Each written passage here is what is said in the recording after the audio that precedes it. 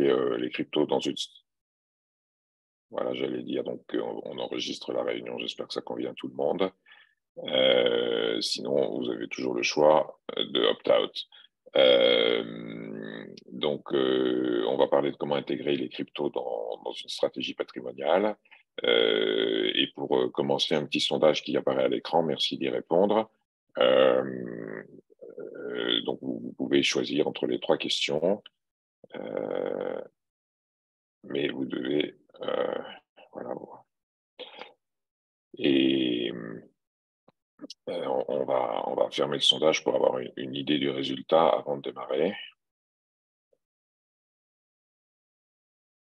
Voilà le résultat. Donc, je vois que beaucoup alors, on a combien de réponses? Comment est-ce qu'on voit ça? Je ne sais pas. Magali, tu sais nous dire combien il y a de réponses? 17 réponses. 17, d'accord, donc c'est bien. Et on voit quand même que la moitié des participants ont déjà investi dans les cryptos. Donc, ça veut dire que vous venez faire plutôt une piqûre de rappel voilà, et que un quart pas encore du tout investi, ne connaissent pas du tout les cryptos. Donc, on va démarrer tranquillement. Voilà, donc on peut peut-être faire on va parler ce matin du contexte global du monde de la crypto. Alors moi, je vois pas les slides, donc je ne sais pas si ça passe. Oui, ça passe. Puis, comment Antoine nous parlera un peu de la blockchain. Je redonnerai le volume du marché, parler un peu de risque, et Antoine nous parlera un peu des usages, et puis moi je parlerai des différentes classes d'actifs, des types d'acteurs, et Antoine rentrera dans des considérations plus concrètes sur l'investissement. Voilà, puis à la fin, on répondra à vos questions. Donc peut-être pour me présenter, donc moi je suis Olivier Lebel, et je suis fondateur de l'INSEAD Crypto Club, qui est donc un club qui vise à fournir des renseignements sur la crypto. Et puis Antoine. Donc, Antoine Trubert, je suis chez Culture Patrimoine depuis 3 ans. Je suis analyste senior et j'ai découvert les cryptos en 2015. J'ai commencé à investir à peu près fin 2020, à m'y intéresser, à lire, etc. Et j'ai lancé une offre crypto chez Culture Patrimoine début 2023. On est en train de tester. Donc, voilà à peu près Alors, si on en revient au Crypto Club, donc j'ai oublié de dire que j'étais donc INSEAD MBA 90 juin, et que donc le club vise à faire des événements sur la crypto, même si on en a fait essentiellement un avec Don Tapscott sur le Blockchain Revolution, et quand on vous transmettra les slides, vous avez le lien directement sur le site de l'association, sur le YouTube de Don Tapscott, qui est absolument remarquable, passionnant pour comprendre ce que la blockchain peut transformer, notamment dans l'industrie financière. Et surtout, le club publie une newsletter hebdomadaire sur les cryptos orientée business. J'ai un exemple de newsletter à droite. Et donc, si vous souhaitez la recevoir, vous m'envoyez un mail sur mon mail INSEAD. Vous la trouvez aussi, les anciens numéros, sur le site de l'association. Voilà à peu près ce qu'on peut dire sur le club. Et sur Culture Patrimoine, Antoine? Donc, Culture Patrimoine, certains nous connaissent, d'autres moins. On est une société de services patrimoniaux et de family office. Et on offre des services de conseil, de mise en œuvre et d'accompagnement avec l'objectif d'être votre interlocuteur de référence sur tous les sujets patrimoniaux, privés ou professionnels. Même si on a le terme family office, on n'a pas de patrimoine minimum, on s'adresse à tous et on fonctionne sur une base d'honoraires. Et comment on fonctionne? Avec un triptyque technicité, expérience et fiabilité, et une approche globale pour vraiment voir les impacts court terme, moyen terme, long terme des différentes préconisations. Je vais vous présenter, maintenant qu'on s'est bien présenté, on va rentrer dans le cœur du sujet. Et pour comprendre les cryptoactifs, il faut comprendre qu'est-ce que la blockchain. Et donc, si on pouvait imager un petit peu la blockchain, c'est un livre de compte numérique qui est sécurisé via des méthodes cryptographiques pour structurer les données dans des blocs. Quel est l'intérêt de cette technologie? Elle permet une décentralisation. Qu'est-ce qu'on entend par décentralisation? C'est on réduit un certain nombre d'intermédiaires et on permet à tout un ensemble, à tous les acteurs d'interagir. Et donc, en pratique, la blockchain, on peut voir sur cette blockchain via la transparence de cette technologie, les transactions. Si vous allez sur un Explorer Ethereum ou autre, là, ça peut vous sembler un peu compliqué, mais vous comprendrez un peu plus tard. Un Explorer, vous pouvez voir que le portefeuille ou le wallet de monsieur a transféré tant de Bitcoin vers le wallet de monsieur B. Et ça, on peut le voir de manière transparente. Et cette transparence amène pas mal d'intérêt, c'est-à-dire qu'on peut suivre les transactions et en cas de vol ou autre, on peut blacklister certains tokens ou certains comptes et retrouver quelques années plus tard les voleurs. C'est ce qui s'est passé pour certains gros hacks ou en tout cas gros vols de crypto ou autre. On avait blacklisté les portefeuilles et quand ils se sont réveillés 5 ou 6 ans plus tard, on a pu les retrouver parce qu'on a suivi la trace des fonds. Et un point très important également de la blockchain, c'est l'immutabilité des données. C'est-à-dire qu'une fois qu'elles sont inscrites dans un bloc, elles ne sont pas modifiables. Si on modifie, déjà, on ne peut pas y accéder, mais on change l'ensemble de la blockchain. Donc, c'est pour ça que ça a un vrai intérêt. C'est une technologie très intéressante pour sécuriser les informations de manière transparente et les rendre infalsifiables. Je vais laisser Olivier vous parler un peu de ce que représente aujourd'hui le marché crypto. Tu es mute, Olivier. Voilà, pour rebondir un peu donc sur ce que nous disait Antoine, donc la crypto-monnaie voilà, c'est une des applications sur la blockchain. Il peut y avoir des tas d'autres choses comme des échanges interbancaires, par exemple, qui n'ont rien à voir avec les crypto-monnaies. Alors, le marché des crypto-monnaies, ça pèse un peu plus de 1000 milliards de dollars, un trilliard pour être exact, aujourd'hui 1,22 trilliard. Avec une forte volatilité, comme vous le voyez sur le graphe qui représente l'évolution de cette total market cap depuis plusieurs années. On voit qu'il a fait un pic à la fin 2021 à 3 milliards, 3 trilliards, pardon, et en ce moment, donc, les choses remontent depuis début 2023. Pour situer les choses, le marché des actions représente à peu près 100 000 milliards, donc 100 fois plus que le marché des cryptos.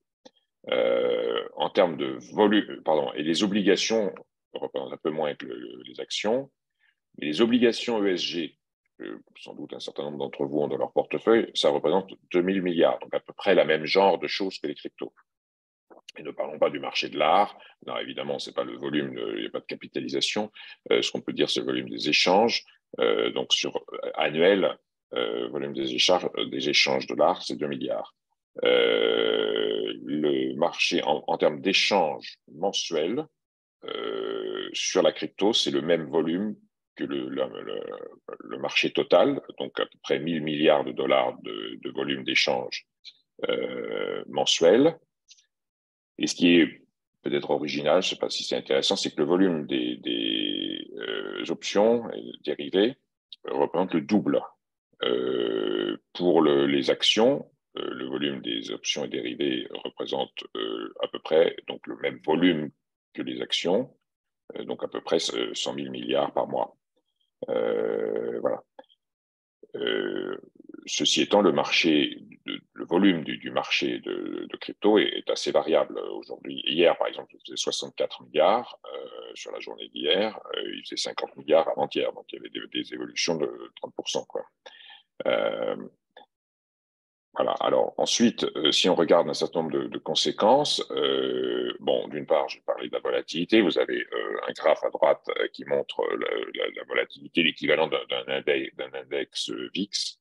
Et on voit que cette volatilité elle-même varie beaucoup. Pour parler quand même un petit peu de choses qui peuvent fâcher, on parle beaucoup de fraude sur la crypto. Donc on voit en effet les graphes qui ont l'air très impressionnants, disant que l'ensemble des fraudes sur la crypto, ça représente plus de 3 milliards de dollars par an. Il faut savoir que la cybercriminalité totale dans le monde, rien à voir avec la crypto, représente 6 trilliards, c'est-à-dire 1000 fois plus que le volume des hacks sur la crypto. Je vous rappelle que le marché des actions, c'est 100 fois plus. Donc, OK, il y a des problèmes, mais comme partout ailleurs, et peut-être moins dans la crypto qu'ailleurs, comme l'a dit Antoine, dans la mesure où c'est très traçable. Un autre sujet dont on parle beaucoup en ce moment, et particulièrement ces jours-ci, je dirais, c'est tout ce qui touche à la réglementation des cryptos. Et donc, de fait, si vous recevez la newsletter, vous le verrez, vous le voyez, puisque certains des participants, je le sais, la reçoivent. C'est un marché qui est assez peu réglementé et avec un énorme débat aux États-Unis où, du fait, évidemment, tout le monde a entendu parler de FTX. Donc, du fait de FTX, tout d'un coup, les régulateurs essayent de faire des tas de choses. Ça fait relativement peur aux sociétés américaines parce que, apparemment, les régulateurs américains n'adoptent pas de position claire selon eux. Et du coup, notamment Coinbase, qui est le leader américain, c'est la première société crypto cotée sur le Nasdaq, etc., menace de quitter les États-Unis. Et donc, tout ça peut être vu d'un point de vue business comme une opportunité, par exemple, pour l'Europe, où, au contraire, on a la fameuse directive qui s'appelle MiCA, qui est en train d'arriver, qui devait être signée, je crois, aujourd'hui, et donc mis ensuite en œuvre. Et donc, l'Europe a plutôt une régulation plus claire que les États-Unis, et même si ça rend les choses plus difficiles pour rentrer, ensuite, ça rend les choses beaucoup plus stables. Évidemment, en termes de business, plus c'est stable, mieux c'est. Donc, je passe peut-être la parole à Antoine pour qu'il nous explique les usages de la blockchain en général. Oui, tout à fait. Merci, Olivier. Donc, la blockchain, effectivement, tout à l'heure, on a évoqué le fait que ça concernait pour une partie les cryptoactifs, mais c'est un ensemble. C'est-à-dire qu'on peut distinguer deux grands types d'usages, même si on a plus, mais on va rester sur cette base-là. Les usages financiers et les usages non financiers. Donc, ce qu'on entend par usage financier, c'est qu'en fait, la plus connue des cryptos, le Bitcoin, a été créé en 2008. Suite à ce qui s'est passé sur les banques. Et donc, l'idée, c'est de désintermédier. C'est de se dire qu'on peut faire la même chose que les banques via la blockchain sans les banques. Et donc, aujourd'hui, avec le Bitcoin, on peut faire des paiements, on peut faire des transactions pour quelques centimes. On peut envoyer des fonds à l'étranger et au lieu de passer par Western Union ou autre société de ce type et payer pas mal de frais, on peut envoyer le même montant pour quelques centimes de Bitcoin ou autre. Donc ça, c'est un vrai intérêt d'un point de vue financier. Et aujourd'hui, dans certains pays, vous pouvez payer votre café avec votre portefeuille et donc en Bitcoin. Ensuite, l'idée, ça a été aussi du coup de remplacer les banques s'il n'y a plus de banques dans cet écosystème et donc de mettre en place des prêts. Et donc un prêt avec en contrepartie un collatéral. Et donc, par exemple, j'ai 1000 euros de Bitcoin, je veux emprunter des euros ou autres pour faire différentes opérations. Je mets en garantie mes 1000 euros de Bitcoin, je vais emprunter 900 parce qu'il faut surcollatéraliser pour garantir. Et via des contrats intelligents qu'on verra plus tard, automatiquement faire en sorte que le prêteur, si jamais le cours du Bitcoin baisse, et qu'on se retrouve à avoir un risque que la valeur de mise en garantie ne soit plus supérieure au montant emprunté, automatiquement, le contrat va supprimer, va déclencher le contrat et céder les bitcoins pour rembourser le prêteur. Donc aujourd'hui, ça se fait de manière automatique. Et en usage financier, très classique, les produits dérivés. Donc, ce qu'on peut faire sur la finance traditionnelle, les puts, les calls, les effets de levier. Aujourd'hui, on peut le faire sur les différentes plateformes avec des effets de levier assez importants. Je crois que sur certaines plateformes, on peut faire du x1000. Donc, ça peut être vite le casino. Mais en tout cas, tous les produits dérivés existent sur la blockchain. Mais la blockchain, ce n'est pas que ça. La blockchain, c'est aussi beaucoup d'usages non financiers. Pour certains, des usages qu'on ne verra peut-être jamais. C'est comme l'Internet, on ne connaît pas forcément toute la technologie derrière le DNS ou autre, quand on écrit un nom de domaine et qu'on arrive directement. Et ben, toute cette technologie, aujourd'hui, la blockchain va faire fonctionner beaucoup de choses qu'on ne verra pas. Donc, ce que je vous évoquais, des contrats intelligents, avec l'exemple, par exemple, d'une assurance, c'est-à-dire qu'on peut automatiquement se dire que Olivier prend l'avion.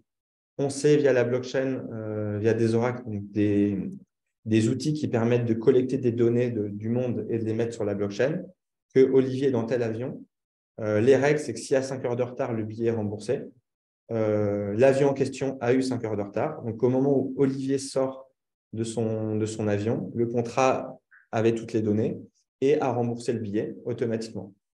Ça, c'est des sujets sur lesquels travaillent les assureurs via ces contrats intelligents. La gestion des données, aujourd'hui, on est de plus en plus sur cette question de vie privée, de gestion des données. On ne veut pas que nos données traînent partout sur Internet. Et il y a la possibilité, en tout cas, il y a un développement d'une technologie, la Zero Knowledge Proof. Et donc, quelle est cette idée? C'est de se dire, si je veux me connecter sur un site de paris sportif, je dois avoir plus de 18 ans. Sur mon portefeuille crypto, j'aurais renseigné l'ensemble de mes données. Donc, j'aurais dit mon âge, etc., que j'aurais prouvé. Et le portefeuille, au lieu de vous connecter, quand vous vous connectez par exemple avec votre compte Google, vous donnez toutes vos informations sur le compte. Là, le portefeuille va dire à la FDJ, par exemple, je ne vais pas te donner l'âge du client, de l'utilisateur. Par contre, je peux juste te confirmer qu'il a plus de 18 ans. Et donc, le site va valider l'accès, puisque on sait via la technologie qu'on a plus de 18 ans, mais on n'aura jamais l'âge exact, ou on ne saura pas l'âge exact de l'utilisateur. Donc ça, c'est une technologie qui est très récente encore, qui est assez balbutiement, mais qui commence à être de plus en plus développée. Il y a des sociétés qui l'utilisent aussi d'un point de vue logistique. Walmart, par exemple, l'utilise pour son secteur logistique en scannant chaque étape. Et donc, ça permet d'avoir un suivi sans que les données puissent être modifiées. Et enfin, on sait qu'il y a la possibilité d'organiser des DAO, donc des organisations décentralisées autonomes. Et donc, c'est l'idée un peu de référendum ou autre, c'est la gestion par les utilisateurs. Il n'y a pas de conseil ou il n'y a pas de conseil d'administration, entre guillemets, pour prendre les décisions de cette organisation. C'est l'ensemble des utilisateurs qui proposent, qui votent, et du coup, ensuite, on met en application ou non les stratégies. Donc voilà, il y a énormément d'usages. Plus le temps va passer, plus les usages vont encore se développer. Donc, il y a un vrai intérêt aujourd'hui de s'intéresser en tout cas à la blockchain. Je vais laisser Olivier nous parler des différentes classes d'actifs. Alors, de fait, on va commencer par le seigneur Bitcoin. Donc, les deux Bitcoins qui sont le Bitcoin et l'Ethereum. Donc, le Bitcoin, tout le monde a toujours entendu parler du Bitcoin et on voit maintenant sur un certain nombre de sites financiers traditionnels, vous avez le dollar, vous avez le CAC 40, vous avez le Nasdaq, etc. comme indice. Vous avez le pétrole, vous avez l'or, et puis vous avez le Bitcoin, souvent. Donc, il représente à lui tout seul près de la moitié du marché en termes de capitalisation, donc plus de 500 milliards. Et il fait un peu, on va dire, la pluie et le beau temps, c'est-à-dire que la plupart des autres monnaies sont assez corrélées au Bitcoin. Alors, il a bien sûr, entre guillemets, son rival, l'Ethereum, mais il reste important, essentiel. Alors, il a une caractéristique, c'est que, bon, il a été inventé, on a beaucoup parlé de son inventeur Satoshi Nakamoto, qui est en fait un pseudo. Il y a eu beaucoup de débats juridiques, savoir qui était derrière, etc. Tout ça, c'est toute la blockchain repose sur des techniques de cryptographie. Et donc, c'est des algorithmes de cryptographie. Et pour ce qu'on appelle miner un Bitcoin, il faut résoudre puzzle numérique, si on veut. Et donc, il faut beaucoup de puissance de calcul et il y a donc des mineurs de Bitcoin qui sont rémunérés pour cette puissance de calcul et à ce moment-là, créer un nouveau Bitcoin. Il faut savoir que la masse totale des Bitcoins est structurellement limitée, plus que, par exemple, l'or dans le monde, qui n'est pas limité par les capacités de la planète, mais pas limité. Pour l'instant, on peut continuer à faire de l'or, on ne sait même pas les limites actuelles. Donc, on peut comparer un peu le Bitcoin à l'or dans la finance traditionnelle. L'Ethereum, lui, est assez différent dans la mesure où jusqu'à une date assez récente, finalement, l'Ethereum était le seul des deux grandes monnaies à pouvoir porter, Antoine a vaguement esquissé la chose, des smart contracts, c'est-à-dire des contrats qui s'exécutent en fonction d'un certain nombre de circonstances. Et du coup, ça ouvre la porte à toutes les opérations financières, comme l'a dit Antoine, de prêts, tout ça va. Une des caractéristiques de la crypto, c'est que c'est incroyablement innovant, incroyablement imaginatif. Et donc, on reviendra sur cette finance décentralisée, finance nouvelle, dans laquelle on fait la plupart des choses qu'on peut faire dans la finance traditionnelle, principalement construit sur l'Ethereum. Pas seulement, mais principalement construit sur l'Ethereum. On voit, alors, du coup, on peut passer aux autres monnaies, aux autres actifs dans le domaine des cryptos. Donc, on a tout d'abord le domaine. Alors, on a le Bitcoin et l'Ether, les deux Bitcoins, et puis tous les autres, on les appelle les altcoins, alternatives. Et on voit que y en a des grosses comme le BNB, le Binance Blockchain, ou un dont on a beaucoup parlé dans le passé, dont on parle encore pas mal aujourd'hui, pour des raisons notamment juridiques, qui est le XRP, le Ripple. Et puis, il y en a beaucoup d'autres. On voit en bas à droite tout plein de toutes petites coins. On ne va même pas lire les noms, bien sûr. Je crois qu'il y a plusieurs milliers, presque 10 000 altcoins. Et puis, ils s'en créent tout le temps. Il y en a parfois qui font des altcoins juste avec un nom qui plaît, ce qu'on appelle des meme coins. Voilà. Ensuite, la deuxième grande catégorie en dehors donc, du Bitcoin et de l'Ether, c'est toutes les stablecoins. Alors, les stablecoins, elles jouent un rôle absolument essentiel, même si elles ne représentent que 10% du marché, elles représentent 90% des volumes journaliers, puisque en gros, c'est l'équivalent du dollar ou de l'euro. Ce sont des monnaies, des crypto-monnaies qui sont pegged, liées à une monnaie stable, dans 99%, je crois, des cas actuellement, le dollar US.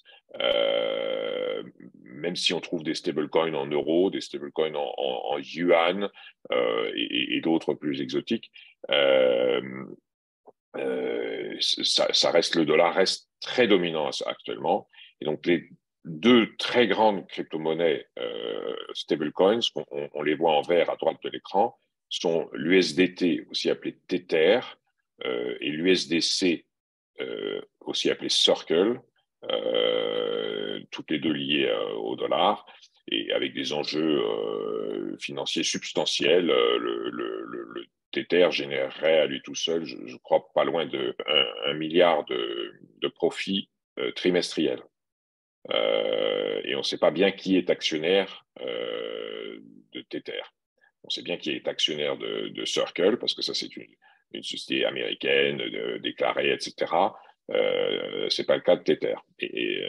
Voilà. Donc les stablecoins, c'est la plupart des bases d'échange. On va échanger du Bitcoin contre l'USDT ou contre l'USDC. Voilà.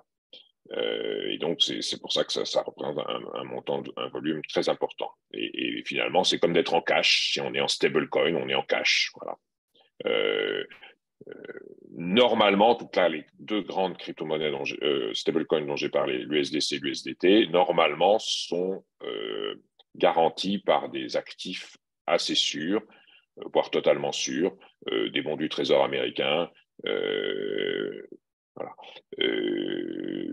C'était un peu moins le cas du Tether il y a 1 an ou 18 mois. Ils ils ont beaucoup évolué. Voilà. En revanche, il y a encore des stablecoins de nature très différente, qu'on appelle des stablecoins algorithmiques, qui sont sans doute beaucoup moins fiables que les autres. Donc, je ne vais pas rentrer dans les détails, mais si on travaille avec l'USDC et l'USDT, on ne prend pas de risque. Troisième catégorie, alors on la voit probablement même pas sur cet écran, parce qu'elle est très importante dans le principe, mais pour l'instant, elle est très peu mise en œuvre. C'est les CBDC, CBDCs, les Central Bank Digital Currencies, des monnaies numériques de banque centrale en français, qui seraient des monnaies numériques émises par les banques centrales. Donc, imaginons la banque américaine qui émet une monnaie, crypto-monnaie qui est garantie sur le dollar. Évidemment, ça aurait la valeur du dollar US. La plus importante d'entre elles actuellement dans la mise en œuvre, c'est le yuan, e-yuan. Et la Chine, pour plusieurs raisons sur lesquelles on pourra revenir, essaye de pousser beaucoup le yuan, même si ça marche modérément, mais enfin, on a quand même 500 millions d'utilisateurs, c'est à l'échelle de la Chine. Mais ça représente un tout petit volume encore aujourd'hui. Mais c'est un sujet très important, monnaie numérique de banque centrale, on en parle beaucoup. Il y a des tas d'avantages et d'inconvénients. On pourrait faire un webinaire entier sur les monnaies numériques de banque centrale. Quatrième catégorie dont on doit parler, c'est les NFT, Non-Fungible Tokens, donc des jetons non fongibles en français. En gros, un Bitcoin ou un autre Bitcoin, c'est la même chose. Un NFT et un autre NFT, c'est pas la même chose. L'application la plus classique des NFT, c'est les œuvres d'art. Donc, vous avez peut-être entendu parler quand même des Bored Ape Yacht Clubs, donc des singes fatigués. Et donc, ce sont principalement des images JPEG qui peuvent se vendre, certaines, plusieurs centaines de milliers de dollars. Donc, voilà. Mais il y a d'autres applications des NFT, et là, c'est peut-être le domaine dans lequel il y a le plus de créativité, notamment les NFT musicaux, qui sont importants puisque ils sont en gros des certificats numériques de la musique, et ils peuvent porter des smart contracts, qui fait que l'artiste, chaque fois qu'on écoute sa musique, va recevoir une petite somme. De même sur les NFT d'art, chaque fois qu'il y a une revente de l'œuvre d'art, l'artiste peut toucher des royalties. Bon, là aussi, on pourrait faire un webinaire entier sur les NFT. Il pèse aujourd'hui 2,5 milliards au total et un volume mensuel de 50 millions.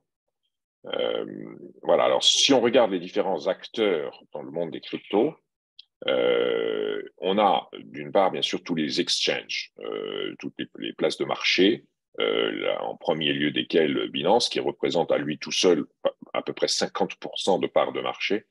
Il n'y a pas beaucoup d'industries sur lesquelles l'acteur dominant représente 50% de parts de marché. C'est un monstre absolu. Changpeng Zhao, le fondateur de Binance, est réputé être l'homme le plus riche du monde de très très loin, sauf que personne ne sait exactement. Il posséderait 90% de Binance, mais on ne sait pas exactement où est le siège social de Binance. On ne sait pas les comptes de Binance. On sait son volume mensuel d'échange ou annuel, et on sait ce qui touche sur chacune des transactions, même si c'est une des places les moins chères du marché, ce qui fait d'ailleurs son succès. Il n'empêche que c'est des volumes absolument gigantesques. Deuxième exchange très connu, donc Coinbase, la seule qui est cotée au Nasdaq, avec un patron, Brian Armstrong, qui est très très communicant. Voilà, donc on entend beaucoup parler de lui dans les médias. Et puis d'autres comme Kraken, que Antoine ou moi aimons bien, OKX. Et puis il y a des exchanges qui sont plus spécialisés sur les dérivés, comme Deribit, et d'autres plus sur le spot, comme Coinbase ou Kraken. Voilà, ça c'est donc des échanges centralisés, c'est-à-dire que toutes les transactions sont inscrites à l'intérieur d'une plateforme, et puis ensuite sont inscrites dans la blockchain, bien sûr, mais ce qui se passe à l'intérieur de la plateforme n'est pas connu. Et puis, on a les exchanges décentralisés. Dans les exchanges centralisés, on a notamment des carnets d'ordre qu'on peut voir classiquement. Il y en a un derrière moi, par exemple, qui est issu de Binance, en l'occurrence. Dans les exchanges décentralisés, ce sont des robots directement qui font du market making entre l'offre et la demande. Et il y a une évolution qui viserait à avoir un carnet d'ordre, mais pour l'instant, il n'y a pas. Le leader de loin sur ce marché des exchanges décentralisés, c'est Uniswap, qui a en gros presque créé cette affaire-là. Et puis ensuite, d'autres qui l'ont copié, comme SushiSwap et d'autres. Aujourd'hui, ça représente un volume beaucoup plus faible. Voilà, que les exchanges centralisés, mais c'est beaucoup plus dans la culture de la crypto, que vous l'avez compris avec la blockchain, qui vise à créer une monnaie décentralisée sans intervention des gouvernements. Et donc, on a bien vu, quand on a eu le drame de FTX, où les gens qui avaient mis leur argent sur cet exchange centralisé, ont été victimes des propriétaires de cette exchange centralisée, alors que sur un exchange décentralisé, c'est que des robots. Et donc, il ne peut pas y avoir ce genre, normalement, de dérive. Et du coup, les volumes vers les exchanges décentralisés ont absolument explosé au moment du drame de FTX. La troisième grande catégorie, immense catégorie d'acteurs, c'est toute la finance décentralisée, Decentralized Finance, DeFi, avec notamment les lenders, mais pas seulement. Donc, tous ceux qui vont faire comme dans la finance traditionnelle, prêter de l'argent, rémunérer des placements avec des taux de rémunération qui peuvent être très importants, qui aujourd'hui maintenant sont revenus à des choses beaucoup plus raisonnables, parfois inférieurs au taux de rendement du Trésor américain, mais parfois des rendements qui promettaient du 100% annuel ou des trucs. Bon, j'imagine que vous êtes tous comme moi, quand on me promet du 100% annuel, j'y crois pas et j'y vais pas. Mais bon, après, chacun fait ses choix. Il faut savoir que donc cette finance décentralisée, on peut y faire tout ce qu'on peut trouver dans la finance traditionnelle. J'ai récemment trouvé un site où on peut faire du swap de taux d'intérêt, donc du fixe contre du variable ou l'inverse. Donc voilà, tout est possible en finance décentralisée. Et aujourd'hui, ça représente en fait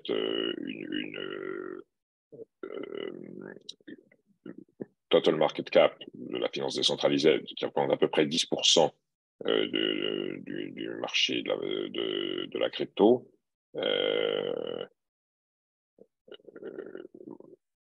Et bon, voilà, c'est donc, mais c'est surtout le futur. Voilà, alors peut-être après avoir vu tous ces concepts généraux, je dirais, il faut rentrer dans le vrai vif du sujet et comment on fait concrètement. C'est Antoine qui va nous parler de ça. Tout à fait. Merci Olivier. Donc, ouais, on va voir deux choses. On va voir comment investir donc, directement dans la blockchain et dans les cryptos. Et après, comment investir indirectement. Donc, comment investir directement? Le moyen le plus simple et classique, c'est d'acheter sur différentes plateformes. Mais pour une première entrée, c'est sur les plateformes centralisées. Vous achetez et vous revendez du Bitcoin, de l'Ethereum ou autre.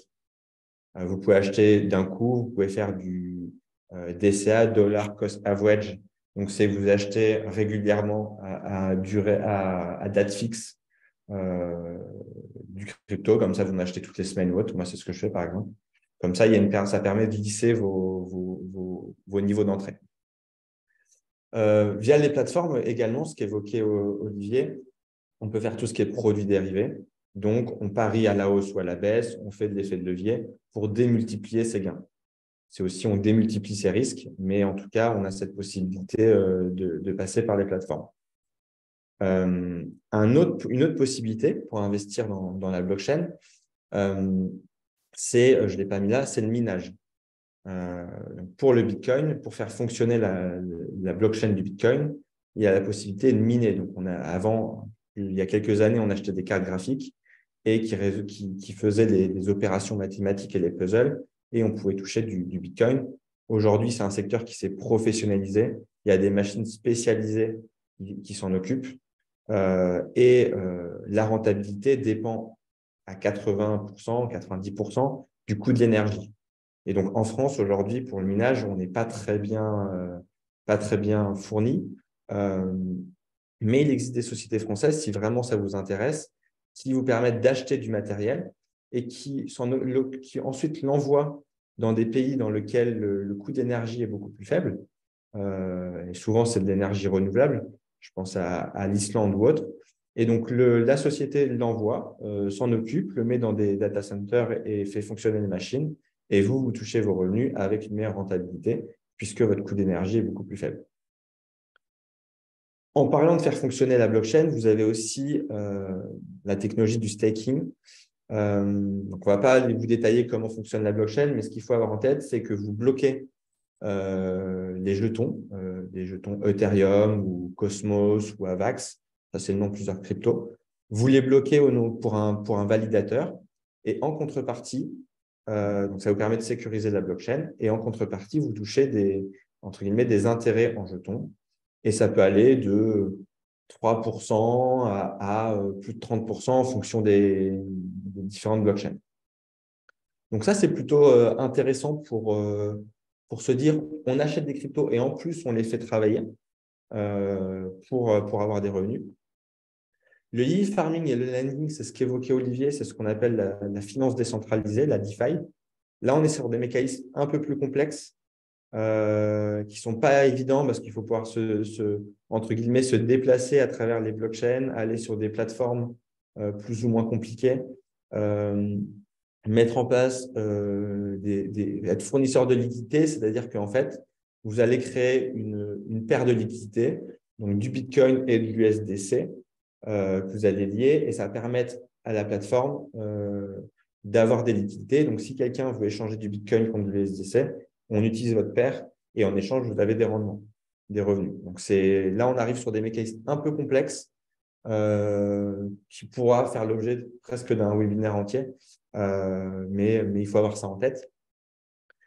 La blockchain permet également de tokeniser, donc de mettre des actifs qui sont entre guillemets réels et de les mettre de manière sous token, donc sur la blockchain.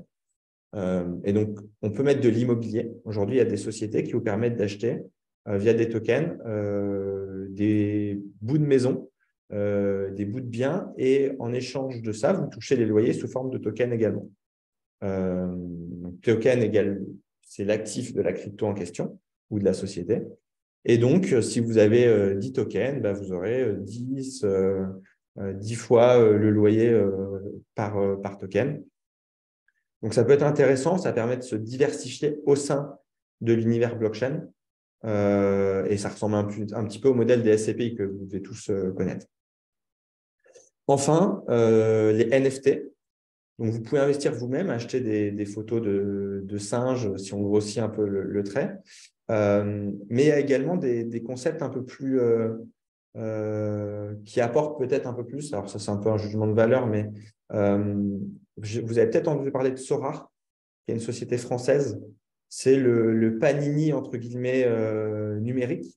Donc, vous avez des cartes de joueurs de foot. Alors, maintenant, ils se sont développés sur d'autres sports. Mais vous avez des cartes que vous pouvez acheter. Et ces cartes prennent de la valeur. Il y a un certain niveau de rareté. Vous pouvez ensuite faire des équipes et gagner des compétitions ou non. Et aujourd'hui, il existe des fonds qui vous permettent d'investir. Vous investissez dans ce fonds. Et ces fonds ont des managers e-sportifs qui achètent des cartes, qui les mettent ensemble, ils font des compétitions avec et généralement gagnent parce qu'ils sont professionnels du sujet. Et donc, vous, via le fonds, vous gagnez via les gains réalisés sur ces plateformes. Donc, c'est encore très récent, mais il y a des sociétés françaises qui permettent d'investir sur ce sous-jacent. Donc, voilà pour l'idée un peu globale de comment investir dans la blockchain directement. Ensuite, tout ça, ce n'est pas évident de se lancer, de créer son portefeuille, etc. Ça peut être assez lourd, ça peut être source de stress. Donc, il existe aujourd'hui des sociétés qui peuvent vous accompagner pour vous permettre d'investir indirectement. Alors là, c'est un point intéressant et sur lequel il faut faire attention, c'est-à-dire qu'il faut avoir confiance dans la société puisqu'elle va acheter et détenir pour vous potentiellement des tokens. Et donc, le cadre législatif européen et français est plutôt en avance. Et aujourd'hui, l'AMF a mis un statut particulier qui s'appelle le PSAN, prestataire de services numériques, aujourd'hui, qui peut déjà vous donner un premier aperçu des sociétés qui font en tout cas des efforts et qui sont vérifiées par l'AMF. Donc, il y a deux possibilités. Soit on est enregistré PSAN, soit on est à l'agrément PSAN. Aujourd'hui, l'agrément PSAN, c'est très théorique, personne ne l'a. Donc, aujourd'hui, on regarde plutôt des sociétés qui sont enregistrées PSAN, mais d'ici 1 an et demi, les sociétés en France devront être enregistrées. Et ça vous permet déjà d'avoir une certaine garantie de bonne gestion des fonds et des tokens. Et donc, aujourd'hui, si vous voulez investir et vous exposer à la blockchain et aux cryptos, vous avez plusieurs possibilités. Vous avez ce qu'on appelle les OPCVM, que vous devez connaître, c'est ce que vous avez dans vos PEA, compte titres ou assurance vie. Et vous avez des sociétés de gestion qui vous permettent d'acheter, là où vous achetez des actions, des obligations ou de l'immobilier, d'acheter un fonds qui réplique le cours du Bitcoin ou autre, ou un gérant qui se dit « je veux avoir une technologie basée sur la blockchain et j'investis sur des sociétés qui font la blockchain », mais des sociétés qui sont cotées. Donc, on peut acheter du Coinbase, par exemple.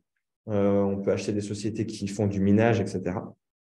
Et donc, vous restez dans votre cadre de la finance classique, votre assurance vie, votre PEA, avec la sécurisation qu'on connaît, tout en ayant une exposition à ce secteur.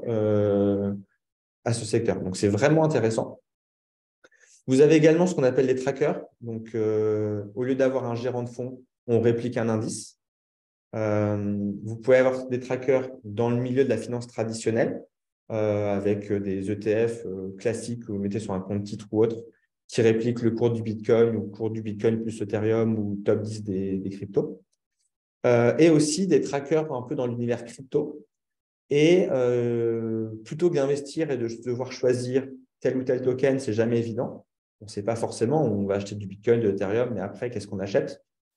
Vous pouvez investir sur ces trackers et eux répliquent différents indices, différentes thématiques. Vous pouvez avoir une thématique métaverse, une thématique des plateformes décentralisées parce qu'elles gagnent de l'argent. Vous pouvez avoir des thématiques sur tout ce qui est finance décentralisée. Bref, vous pouvez faire à votre sauce, un peu à votre carte et décider sur ce sur quoi vous voulez vous exposer, ce qui permet de diversifier les risques. Il existe aussi des sociétés d'investissement. Ça, c'est un peu plus particulier, des sociétés d'investissement qui adossent leur modèle économique à la crypto. Et donc, vous investissez dans ces sociétés, vous pouvez investir sur des deals, sur des investissements non cotés, crypto ou non. Et l'idée, c'est que quand vous investissez, vous avez aussi une part dans la blockchain de la société en question. Et la plus-value que fait la société sur les deals, puisqu'elle investit également dans les deals, elle utilise cette plus-value pour acheter des tokens et donc faire monter finalement la valeur de l'ensemble des tokens et des actifs détenus par les différents acteurs. C'est un peu plus complexe, mais c'est un mécanisme assez intéressant et à creuser, je trouve. Enfin, le plus connu, les sociétés de gestion, où vous avez différentes possibilités. Vous avez de la gestion sous mandat avec un gérant qui s'adapte à vous et qui suit votre stratégie et vos besoins et vous explique. Ce qu'on appelle de la gestion pilotée.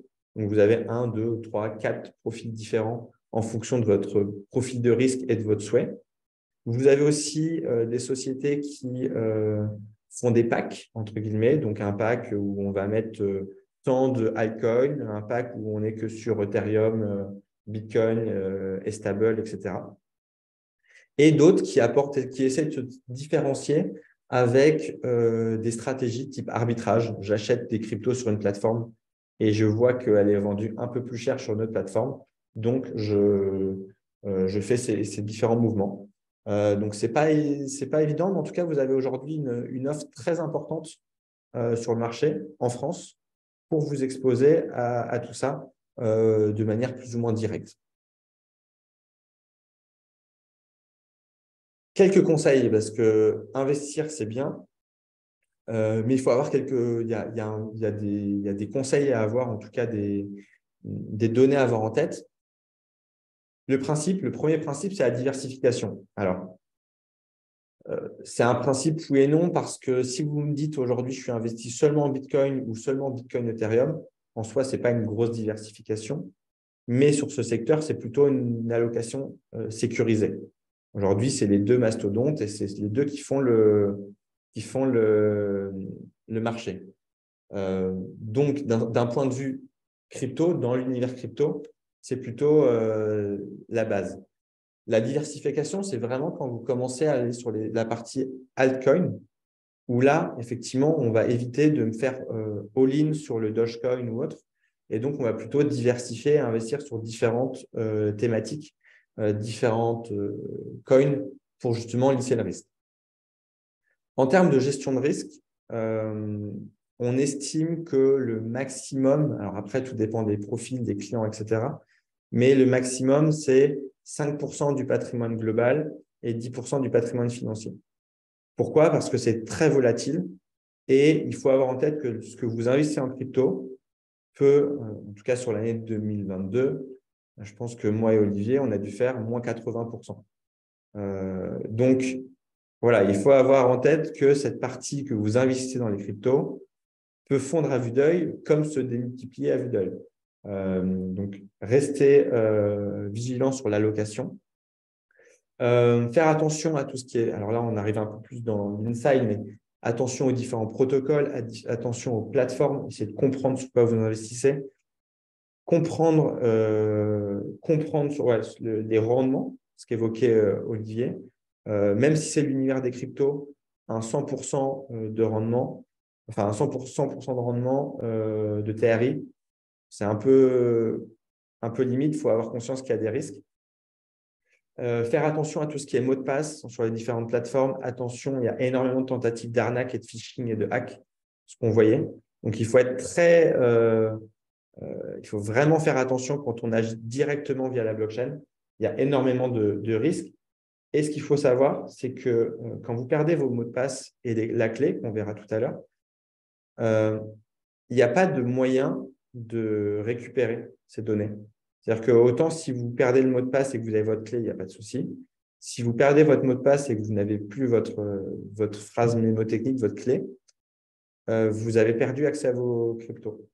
Et je pense qu'aujourd'hui, sur les 21 millions, enfin sur les futurs 21 millions de Bitcoin qui existent, il y en a peut-être 2 ou 3 millions minimum qui sont perdus à jamais.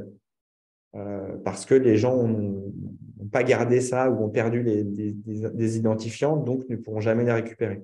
Ce n'est pas comme votre banque qui va vous récupérer et vous redonner des accès. Là, vous n'avez plus accès. En fait, on vous autonomise à ce niveau-là. Donc ça, c'est un vrai point.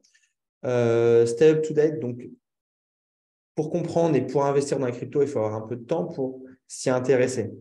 Puisque soit vous dites, bon, j'investis et puis je m'en fiche un petit peu, mais si vous voulez aller plus loin, il y a énormément de ressources, énormément de lectures à avoir pour comprendre l'écosystème, parce que c'est un écosystème qui varie et qui évolue énormément et très souvent.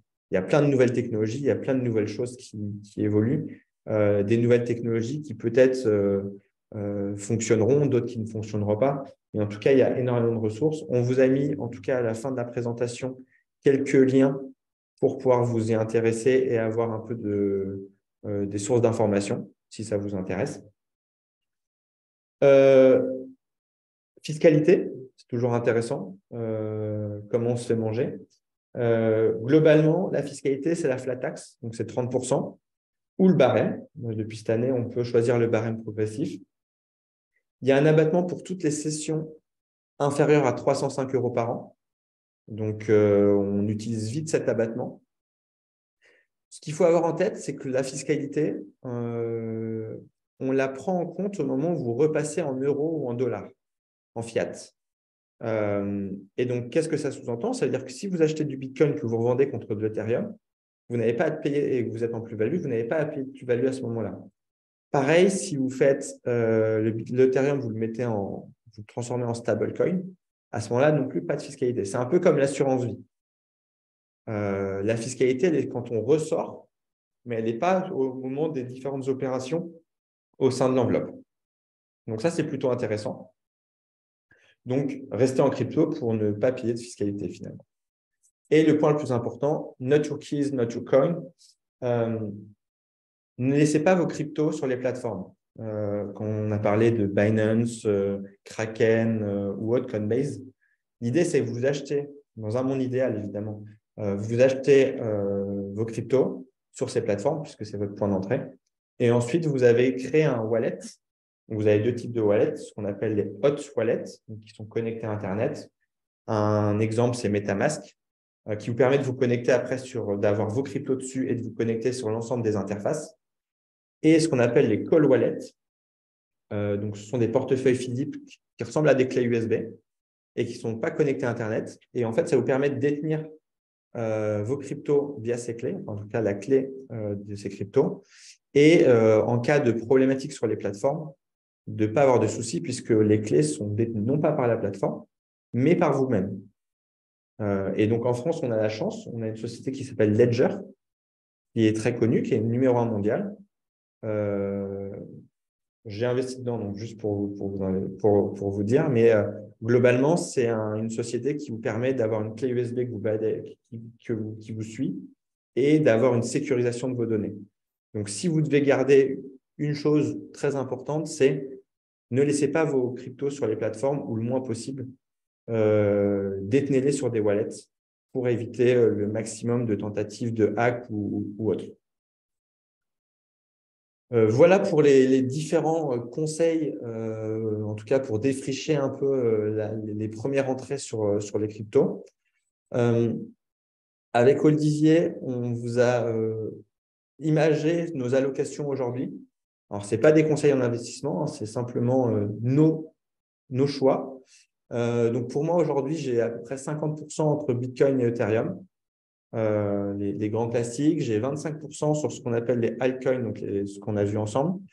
10% de stable. Pourquoi? Comme ça, on est déjà investi dans le monde des cryptos.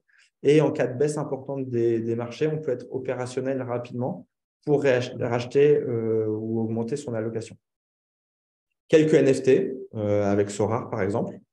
Des ICO, donc c'est des tokens non cotés qu'on peut acheter et qui ensuite seront cotés sur différentes plateformes. Donc ça, c'est comme le non-coté que vous pouvez acheter dans les investissements traditionnels. Ça existe aussi en crypto. Et un peu de farming qui est la manière un peu… c'est la manière d'expliquer le yield farming qu'on a vu tout à l'heure, donc fournir des liquidités à des plateformes. Je vais laisser Olivier expliquer son allocation. Merci Antoine. Alors, peut-être que cette allocation, elle est un peu l'illustration de tout ce que vient de dire Antoine. Donc, on y retrouve, je commence en haut à droite, des stablecoins, donc une position cash, du Bitcoin, de l'Ether, tout ça est assez classique. Je suis beaucoup moins altcoins que Antoine, mais je le suis de deux manières, soit en direct avec différentes altcoins, soit à travers des trackers altcoins. C'est l'occasion de parler d'une société française agréée à AMF qui s'appelle Trax, qui fait en fait des paniers d'altcoins qui permettent de suivre, ce qui évite d'acheter directement les altcoins. Ensuite, j'ai un peu de staking, même si elle recoupe c'est de l'Ether essentiellement stacké, donc elle devrait s'ajouter à l'Ether, mais elle rentre dans la logique staking. Et ensuite, des choses peut-être un peu plus originales. On a notamment, avec un certain nombre d'autres INSEAD, créé un club d'investissement dont on a confié la gestion à un gestionnaire sous mandat. Mais c'est une gestion spécifique puisque, comme vous l'avez vu, le crypto est très volatile. Donc, notre thèse d'investissement, c'est que des mandats long-short seront performants. Et de fait, alors que l'an dernier, le marché a perdu 81%, le mandat, lui, a gagné 15%. Et depuis le début de l'année, il marche bien également. Donc, du coup, ça représente une allocation substantielle. Et puis, deux autres choses que j'ai mises là parce que ça touche à la crypto, même si c'est pas dans des plateformes d'exchange, c'est sur mon portefeuille traditionnel. J'ai d'une part des ETF de sociétés crypto, enfin, des ETF qui suivent des sociétés de la crypto, donc c'est des actions des sociétés crypto, et puis des actions directement de mining, de sociétés de mining. Et puis, je devrais ajouter deux allocations importantes, mais elles sont non liquides. C'est du private equity dans deux fonds, dont l'un, alors il m'a dit qu'il devait partir à 9h30, mais peut-être qu'il a encore une minute, il peut en dire un mot. C'est donc Mintran qui commercialise ce fonds qui s'appelle CVP No Limit. Donc ça, c'est du private equity avec tous les seuils d'entrée, évidemment, du private equity. Alors là, très directement investi. Puis l'autre, c'est le Blockchain Founders Fund créé par Ali Madashvi, qui est aussi INSEAD, et qui est basé à Singapour et qui investit peut-être plus sur du gaming, sur du NTF, etc., enfin sur des sociétés de gaming de NFT, pardon. Et donc, voilà, là aussi, on peut trouver sur Internet le Blockchain Founders Fund, BFF. Voilà, je ne sais pas si Mine est encore là et s'il veut éventuellement parler du CVP, sinon il va mettre ses coordonnées dans le chat. Si, je suis là, mais pardon. Merci Olivier. Et non, en fait, c'est l'ancien strategic officer de Binance Labs qui a investi 35 millions et qui a fait un retour de 50x. Donc, le portefeuille est évalué à 1,8 milliard. Il a fait un spin-off et aujourd'hui, il fait la même chose. Et il a investi dans des startups pré-ICO, en equity, en ICO. Et après, voilà. Donc, on a fait un petit tour. On a décidé d'investir chez lui. On gère un fonds de fonds basé au Luxembourg et on pense que c'est une bonne opportunité dans le domaine de la crypto. Donc aujourd'hui, il est investisseur dans Binance US, dans la spin-off de Facebook, dans un jeu sur Microsoft, blockchain. Enfin voilà, il y a plein bon, si ça vous intéresse. Et puis fort de ça, on a aussi Ledger sur lequel on peut rentrer sur le tour de série C. Voilà.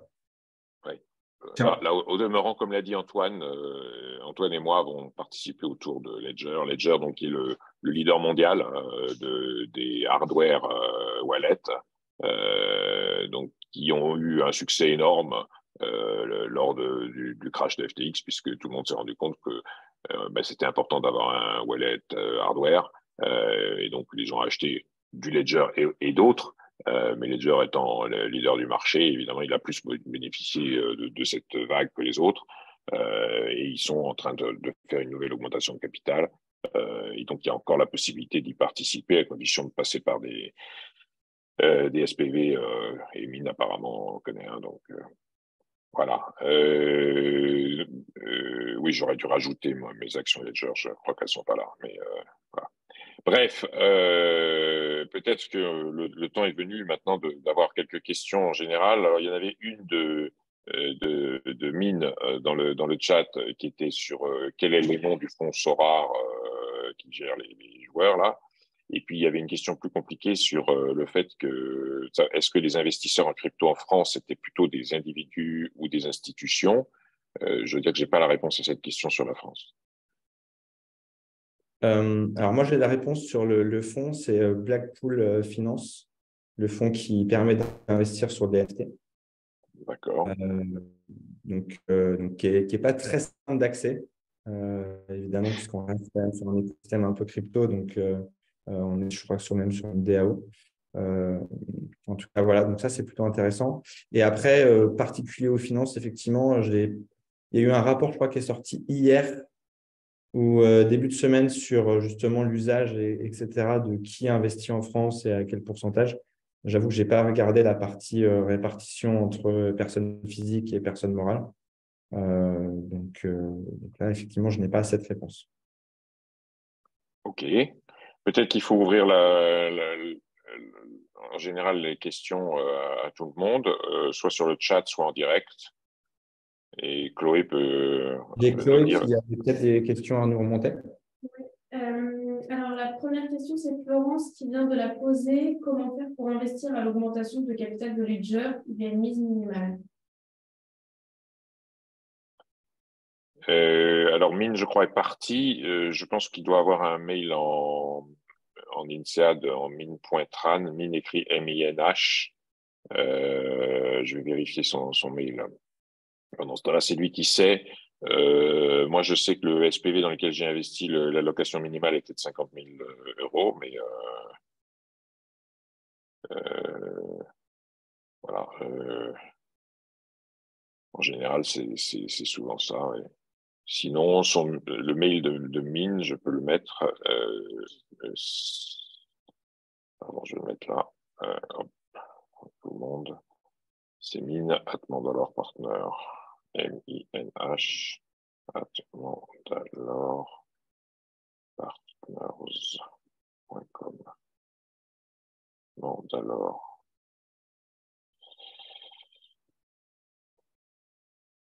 J'ai bien écrit. Voilà.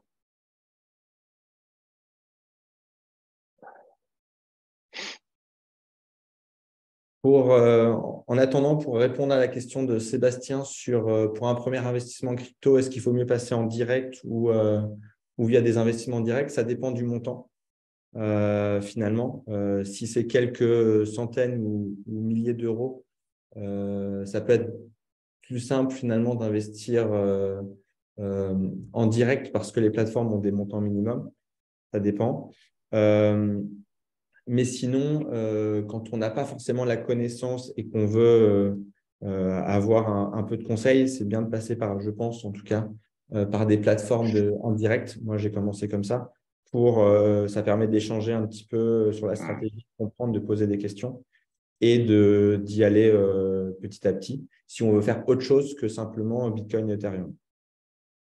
Moi, je trouve qu'une plateforme comme Kraken est à la fois simple d'accès, bien sécurisée, elle explique bien les choses, c'est assez facile de s'y retrouver.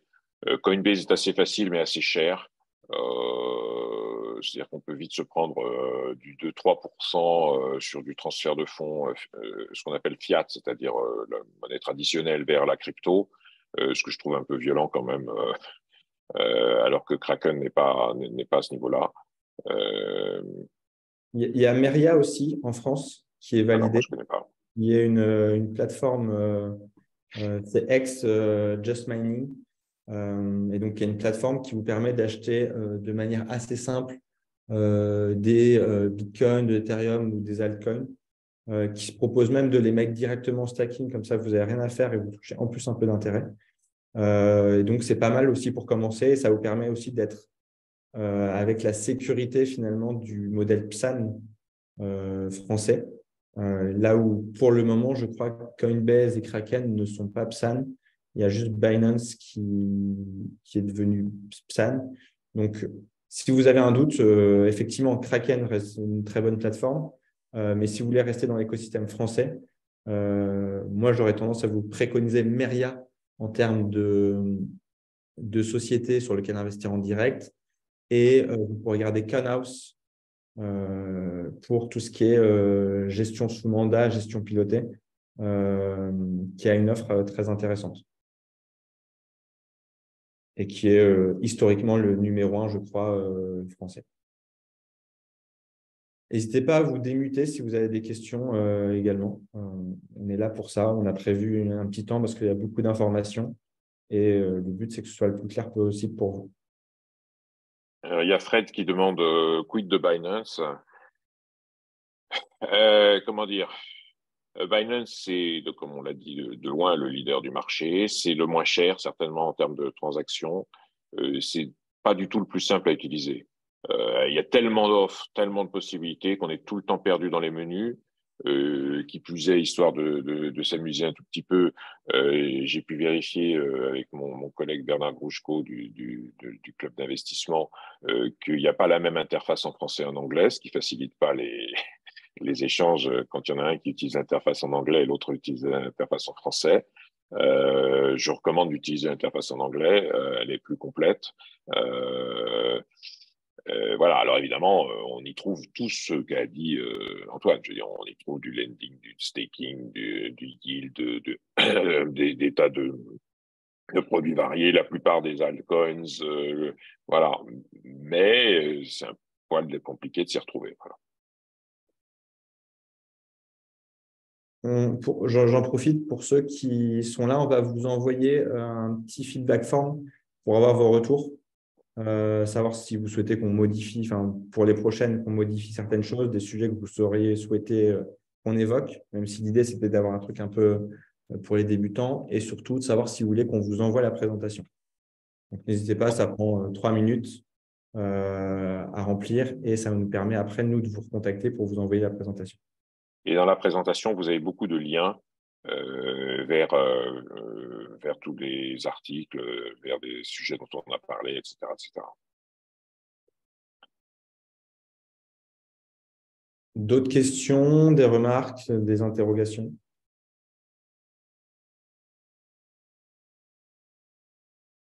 Swissborg, j'ai jamais essayé, je vous avoue. Il y a tellement de plateformes qu'on ne peut pas tout essayer. Et les échos que j'ai, c'est que, après, c'est que ce sont que des échos, c'est qu'il y aurait beaucoup de frais. Donc, c'est une plateforme qui est plutôt agréable à utiliser, plutôt safe, mais avec des frais importants vis-à-vis de ce qui peut se faire ailleurs sur le marché. Je ne sais pas si Olivier, tu as essayé Swissborg. Non, je ne connais pas.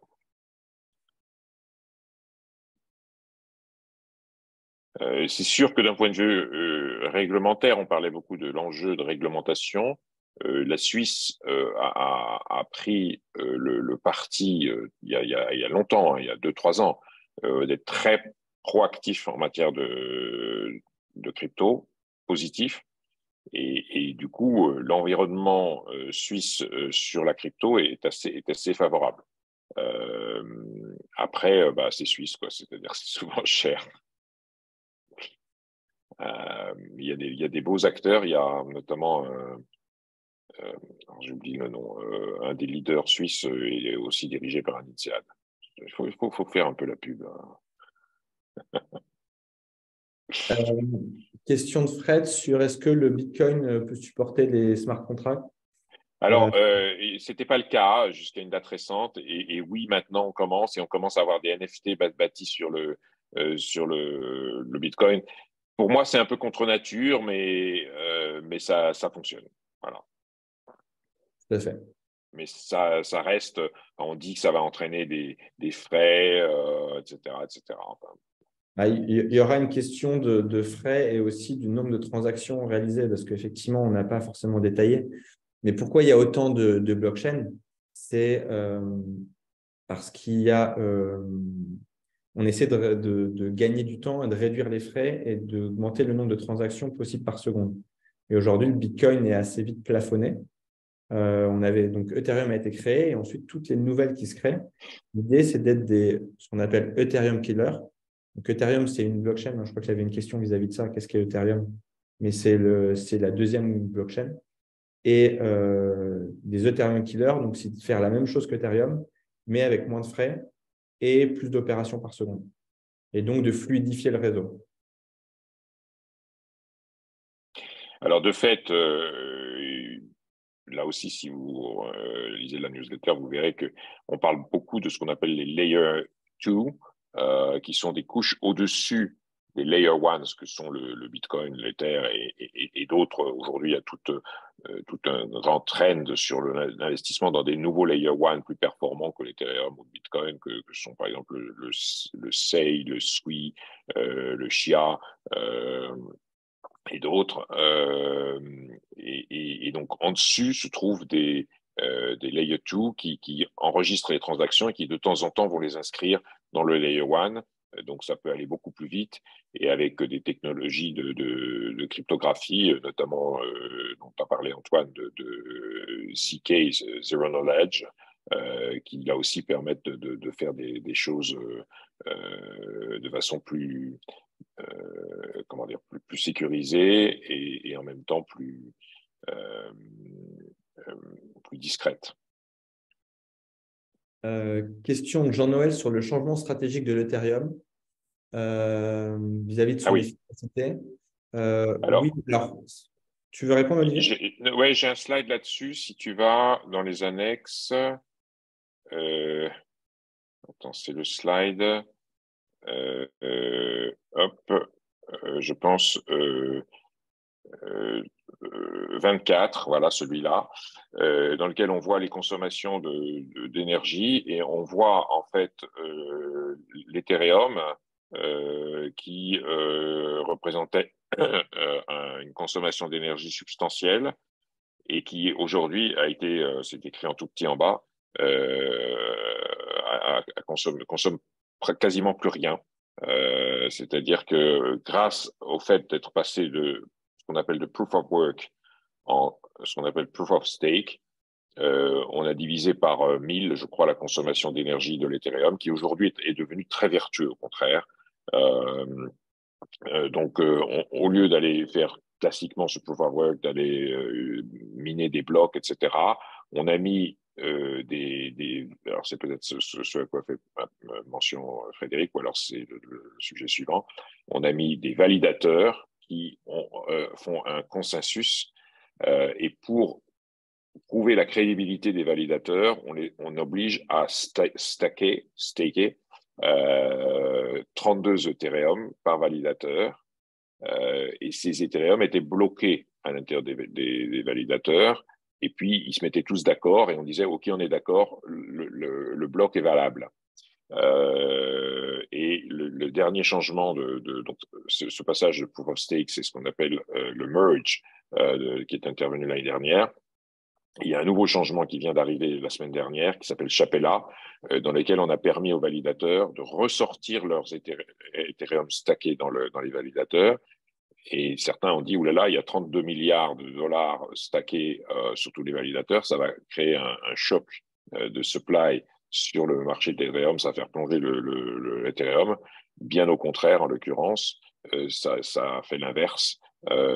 Parce qu'en fait, les gens ont dit, ah, mais c'est intéressant, je peux stacker mon truc et je pourrais le déstacker quand je veux.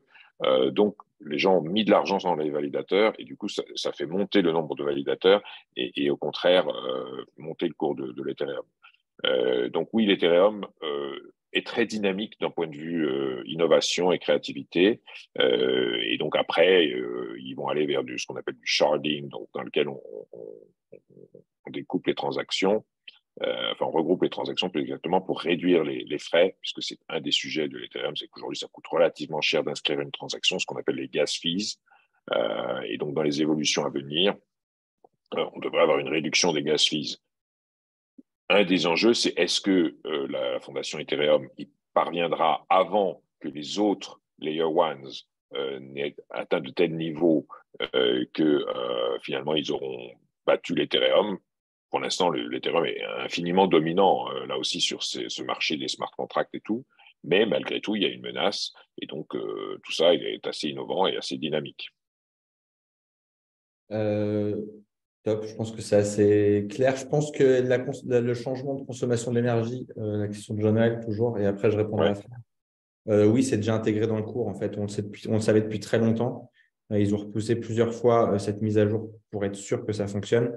Donc aujourd'hui, le potentiel de croissance de l'Ethereum, c'est plus le développement toujours plus important des smart contracts et effectivement la baisse des frais qui permettra ensuite de… Aujourd'hui, il y a énormément de sociétés ou de smart contracts qui sont construits sur des layer 2, comme l'évoquait Olivier, à cause du modèle de frais d'Ethereum, puisque pour certaines opérations, de quelques milliers d'euros, vous payez des centaines d'euros de frais avec Ethereum, là où c'était 1 euro sur des layer 2. Donc, il y a un gap important et très important au niveau de ces frais qui nécessite en tout cas une mise à jour, en tout cas à moyen terme, de l'Ethereum pour lutter contre les autres layers.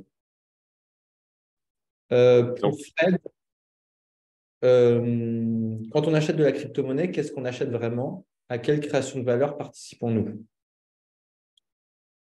Tu veux répondre, Olivier, ou j'y réponds? Bon, on peut répondre.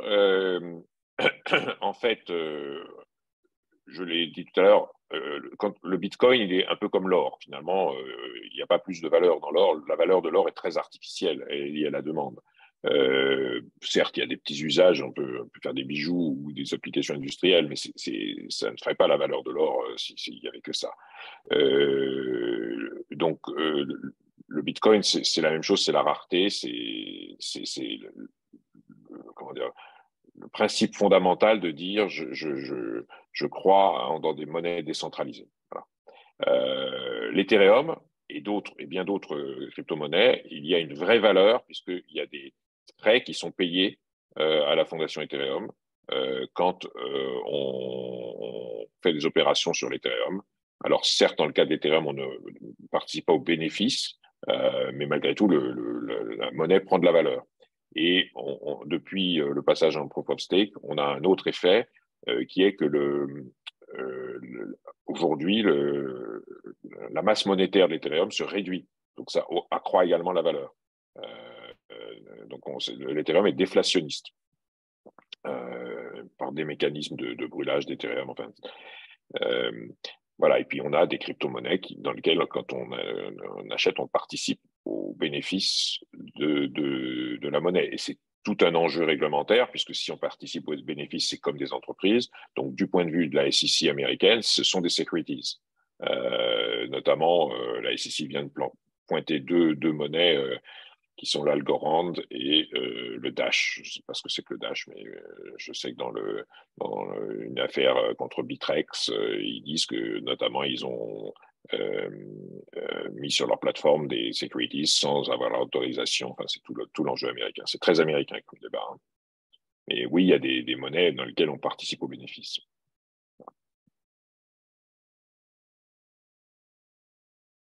D'autres questions?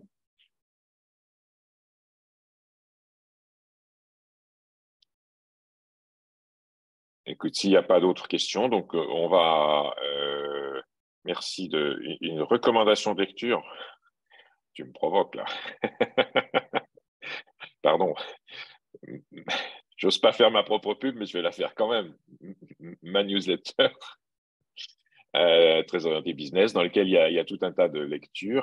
Je crois qu'on a des lectures utiles. On a un slide sur des lectures utiles, Ouais, il me je suis en train semble. de me remettre dessus. C'est le slide 21. Voilà. Quelques lectures très fondamentales. Ça aussi, vous aurez quand on vous envoie les slides.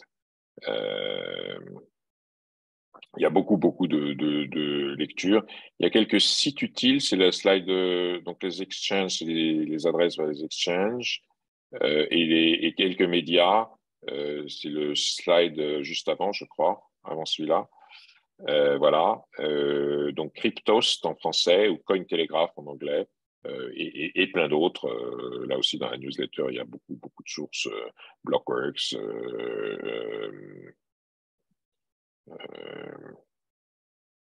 bon, j'oublie le nom juste maintenant, mais ça va me revenir. Coindesk, voilà. Bon. Alors, il y a Mine qui dit la newsletter est top, merci Mine. Et le groupe WhatsApp, c'est pas le groupe WhatsApp d'Olivier, c'est un autre INSEAD qui a créé ça, qui est un groupe WhatsApp INSEAD Crypto. Voilà, qui donne un certain nombre de choses. Et je salue Jean-Yves qui remercie. Je ne sais pas s'il est parti, mais on se connaît un petit peu il y a très longtemps.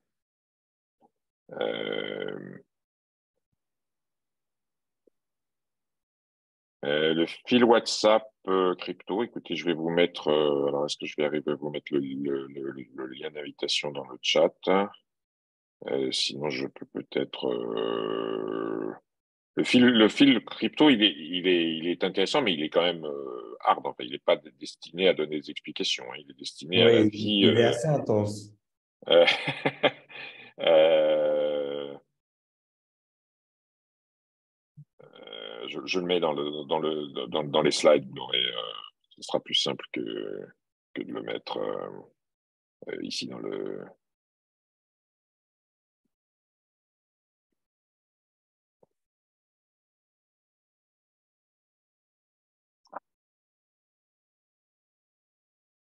Et Marie-Jeanne reçoit aussi la newsletter. Je l'ai déjà salué, je te remercie. De fait, c'est pas un truc de formation, c'est plus un truc business, savoir ce qui se passe en M&A, ce qui se passe en fundraising, les business news. Bon, il y a un peu de marché, mais c'est pas l'essentiel de la newsletter. Écoutez, je pense qu'on a fait le tour. Merci à vous d'avoir participé. On reste à disposition. Vous avez mon mail INSEAD, olivier.lebel@insead.edu. On va donc vous envoyer les slides et le lien vers l'enregistrement. Ça, c'est Magali qui va faire ça.